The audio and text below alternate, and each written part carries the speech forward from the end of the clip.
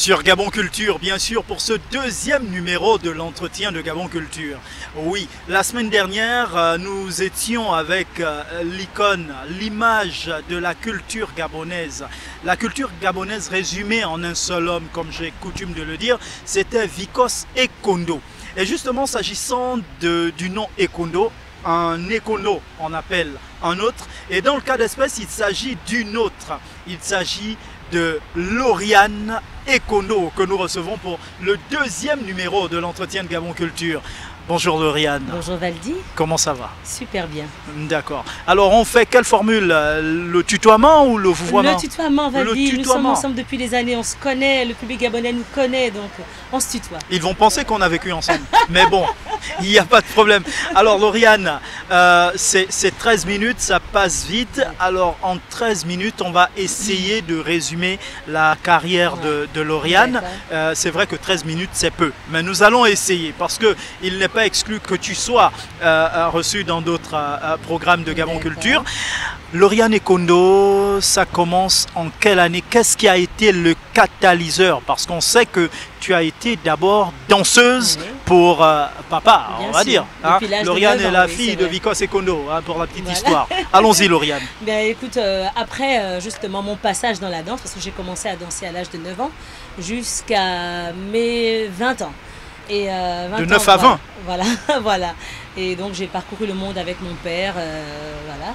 Mais entre-temps, je m'intéressais déjà à la chanson, il faut le dire. Donc, pendant les festivals, je l'accompagnais souvent. J'étais au chœur avec des choristes comme Anastasie Boissal ou encore le défunt Christian Ayoum et d'autres.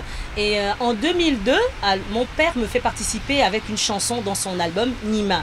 Et j'ai 21 ans à cette époque. Et je sors la chanson Je fête ma culture. Voilà. Oui, bien sûr. Cette chanson, j'ai eu la chance d'avoir la promotion par la mairie de Libreville qui lançait la première édition de la fête des cultures.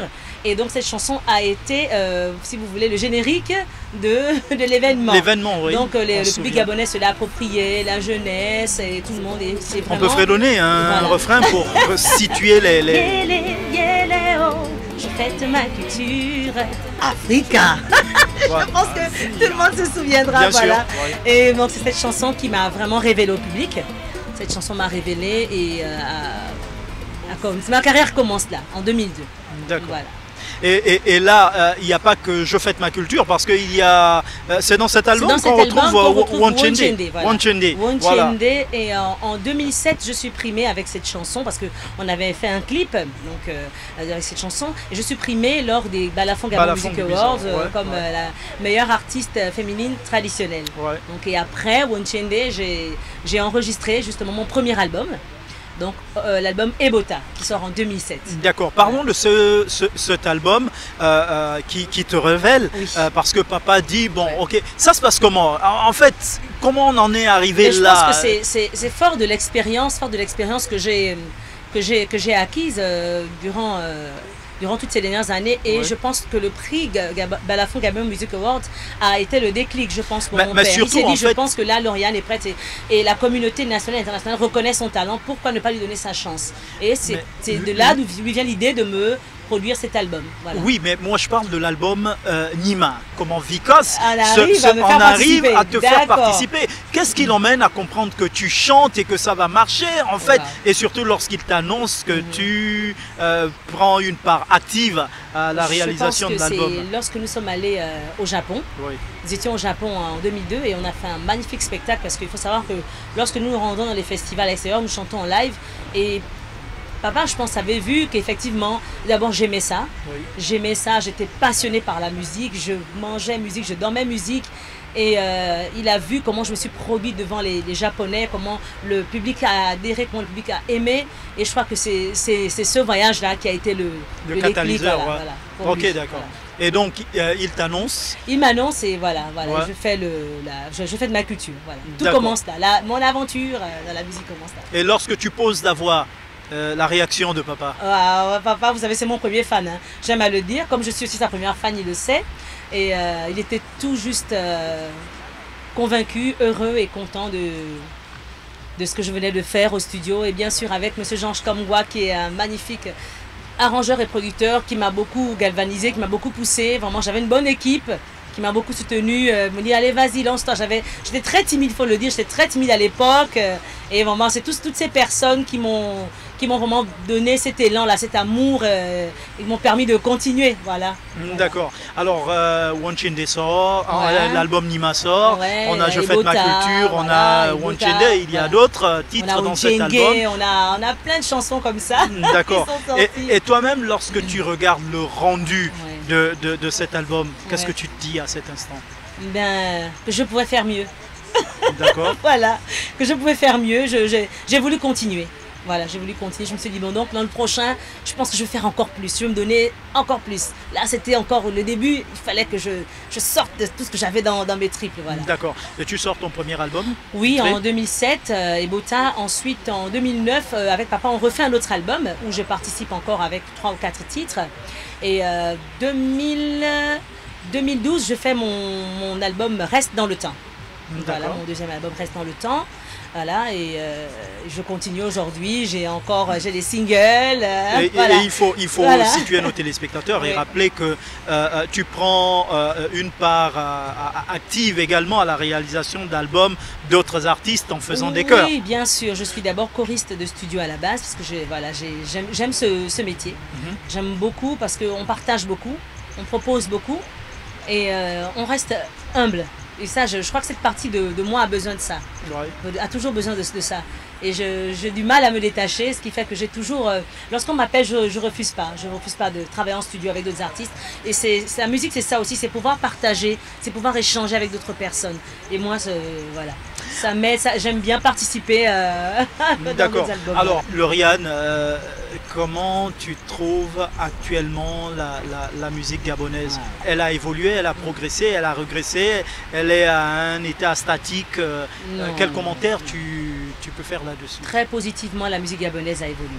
D'accord. Elle a évolué. Aujourd'hui, nous avons des prix qui sont décernés à nos artistes, notamment sur le plan international. Il y a pas longtemps. Donc voilà, vous voyez que c'est une fierté pour nous que de voir comment nos artistes se défendent aussi sur les scènes internationales. Et ça, je pense que ça permet de galvaniser nos jeunes aussi qui viennent par derrière pour se dire donc il n'y a pas que de la désolation dans la musique avec le problème du droit d'auteur comme vous le savez, mais il y a aussi ce côté heureux, ce côté reconnaissant de la part des autorités internationales ou nationales, tout ce que vous voulez. Et voilà, c'est encourageant. Et moi je dis vraiment chapeau et je suis très contente de la musique. Alors, question. Pourquoi Lauriane Ekondo a-t-elle choisi de rester dans l'aspect traditionnel que d'aller dans du tradi moderne ou alors de faire dans de la world music ou bref? Bien, tout simplement parce que je me reconnais là-dedans, tout simplement. Il ne faut pas faire des choses que vous ne ressentez pas. La musique, c'est le ressenti. Moi, je ressens cette musique de nos ancêtres. Je la ressens en moi. Je me sens comme habitée quand je chante en niéné ou en fan ou en pounou, en teke. Je me sens habitée parce que ce sont des rythmes qui me bercent. Ça fait partie de moi. C'est une partie de moi, la musique, la culture gabonaise. Donc je me sens... Je fais ce que j'aime, tout simplement. Et c'est ça, un artiste, il faut faire ce que vous aimez. Ne faites pas par mimétisme, parce que vous voulez copier, parce que tout le monde est dans une certaine tendance, Non, faites ce que vous aimez et que vous ressentez. Parce que quand vous allez donner au public, ce sera le vrai vous. Et moi, la musique traditionnelle, c'est le vrai moi. Alors, des relations avec, je vais citer des noms comme ça et tu vas me dire quelles sont les relations que vous avez. Oui, pour rester dans la féminité, Chanel. Super bonne relation. C'est une petite sœur, je l'aime beaucoup. On a déjà travaillé sur plusieurs projets ensemble. Très bien. Créole. Super petite sœur aussi. Projet ensemble aussi. Voilà. Très bonne relation. Axel Agamboué. Super, c'est un frère, c'est un frangin. J'ai travaillé avec lui en studio, sur ses projets, sur mes projets, sur des projets communs. Pas de problème. Alexia Bessolo. Aussi, j'ai travaillé avec lui dans son dernier album, Savoir d'où l'on vient. J'ai chanté là-dedans. Donc voilà, super. Pierre Claver à Kendingue. J'ai fait une chanson, j'ai interprété une de ses chansons lors de la célébration de ses 50 ans de carrière. Voilà, j'ai assisté souvent à ses concerts. Voilà, j'ai jamais eu la chance de travailler avec lui. Voilà, mais c'est un homme que je respecte, que j'admire beaucoup. Je suis sûr qu'il vous apprécie également. Vico Secondo. Mon Dieu. fan de cet homme. J'aime beaucoup ce qu'il a fait. J'aime beaucoup ce qu'il a créé, ce qu'il a mis en place. Le Tandima, c'est une entité. Le Tandima, c'est quelque chose que tout le monde doit pouvoir s'approprier. Les Gabonais se reconnaissent aujourd'hui là-dedans. Et c'est tout simplement un concept magnifique. Ouais. Voilà. Alors, Lauriane, si jamais il t'était demandé de donner un conseil à la jeunesse gabonaise et en rapport avec la sauvegarde de notre culture. Écoutez, vous savez ce qui nous rend compétitifs ailleurs, c'est l'originalité. L'originalité. Et pour être original, il faut pouvoir puiser dans ce que vous avez. Dans le concert des nations, il faut pouvoir apporter quelque chose. Mais si tu n'as rien à proposer, qu'est-ce que tu apportes? Aujourd'hui, je prendrai le cas des Nigérians, des Ghanéens qui puisent dans leur culture pour nous produire des œuvres magnifiques. Ils ne vont pas chercher ça ailleurs, ils vont chercher ça dans ce qu'ils ont, dans ce qu'ils connaissent, ce qu'ils savent. Et moi, si j'ai un conseil à donner à la jeunesse gabonaise, c'est puiser dans ce que vous avez. Parce que c'est ça, aujourd'hui, la mondialisation, c'est l'enracinement et l'ouverture. Il faut d'abord s'enraciner pour pouvoir s'ouvrir. Et pour pouvoir proposer quelque chose d'original, il faut puiser dans sa culture.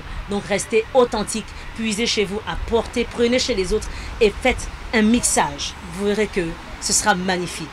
D'accord. Alors donc aujourd'hui, Lauriane, elle peut se mettre avec, on va dire, pourquoi pas un Ghibling afin d'avoir ce mixte entre... J'ai toujours travaillé avec des jeunes artistes qui ne sont pas dans ma tendance, qui ne sont pas dans mon style. Je l'ai toujours fait. Là, prochainement, il y a une collaboration avec un jeune artiste qui va bientôt sortir, qui est dans la tendance l'afrobeat. Donc vous voyez que... Et moi, j'apporte, je chante comme je sais le faire. Voilà, avec mon originalité dont on me connaît. Mais vous verrez que c'est magnifique. Et c'est bien, les collaborations, c'est bien parce qu'on échange et c'est tout simplement magnifique. C'est vrai qu'on ne vous a pas trop vu, on t'a pas trop vu, permets-moi, on t'a pas trop vu, comme on dit, en feat avec d'autres artistes. Oui, c'est vrai, mais ça arrive. Écoutez, parfois il y a des projets qu'on fait mais qui ne sortent pas. D'accord. Voilà, il y a des projets qu'on fait et puis après ça avorte, plusieurs projets comme ça, mais... Je vous laisse découvrir dans quelques temps, vous verrez des choses magnifiques. Lauriane en fit avec beaucoup d'artistes. Ça promet. Ça promet. Alors Lauriane, on va dire en guise de conclusion, si jamais tu avais quelque chose à dire, ce serait quoi? Bien, moi je vais souhaiter quelque chose pour l'art, pour notre pays. Je souhaite fortement que la loi sur le statut de l'artiste passe, que les droits d'auteur puissent être payés parce que l'artiste gabonais, malheureusement, ne vit pas de son art et c'est vraiment là où le bas blesse parce que depuis 1987 que le Gabon a promulgué sa loi instituant la protection du droit d'auteur et des droits voisins en République gabonaise, les artistes gabonais n'ont toujours pas eu gain de cause et c'est dommage. C'est dommage et j'aimerais vraiment que les choses puissent changer, puissent bouger. Et aujourd'hui, les acteurs culturels se mettent ensemble pour pouvoir faire bouger les choses. Le ministre de la Culture, qui est notre ministère de tutelle, met tout en œuvre pour pouvoir faire que les choses avancent. Et c'est mon souhait parce que je veux que les artistes gabonais vivent de leur art.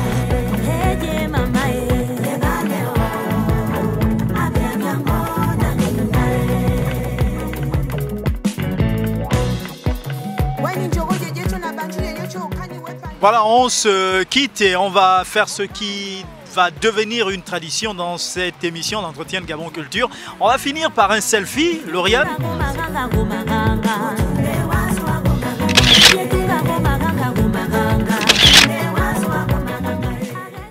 N'oubliez surtout pas entre-temps que faire ce qui est impossible aux autres, c'est du talent. Mais faire ce qui est impossible au talent, ça, c'est du génie. On se retrouve la semaine prochaine pour le 3e numéro de l'entretien de Gabon Culture.